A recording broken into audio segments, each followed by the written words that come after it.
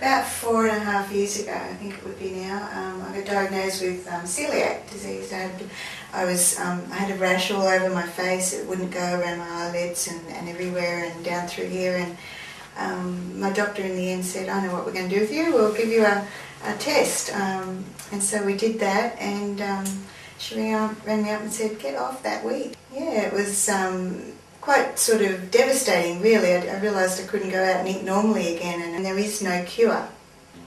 Time went by and I did get a bit better. I think I had a reading of about just under 50, when I think the normal range is between 0 and 19.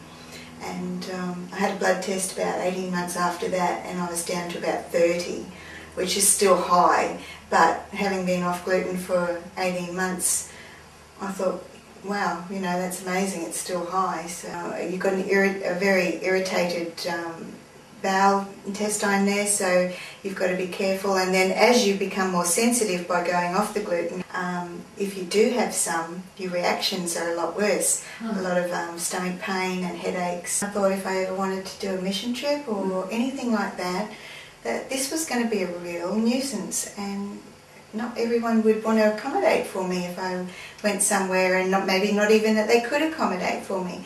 So as our pastor started giving us some messages on healing and everything, kind of got me interested, and I thought, yeah, I really don't want this forever. This is not going to be easy to function and do out of the ordinary things unless you've got something close by where you take your own packaged food. And yeah, it was just going to be, I had to tell God that this was a real nuisance. And what did God say?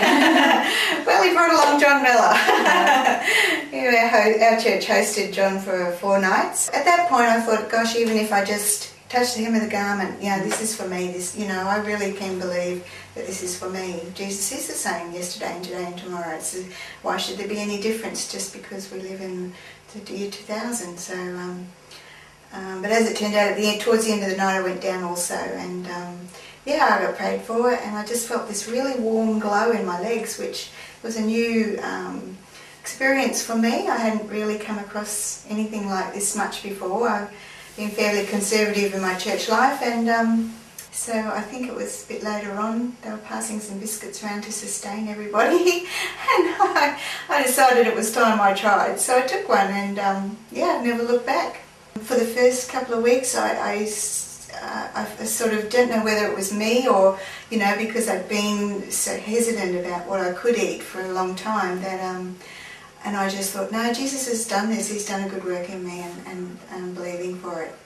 So I didn't get the headaches, and so eventually I went for a blood test, which I have here, and I actually got a negative response. It was not even within the, there was, I think it says between 0 and 19, and mine was a bit under. Yeah. Bit under 0, yeah. Bit under 0. It was a negative response. It was like, God, yes, that's great. Absolutely nothing to worry about. Wow. So that was probably, I would say, about 12 months after the healing. Yeah. I knew I was healed, but to have the black and white, yes, to have the absolute proof from a doctor to say that same test has now come back and there's nothing there, I just thought, wow, everybody should be jumping up and down. Yeah. That's what a miracle is, something really out of the ordinary.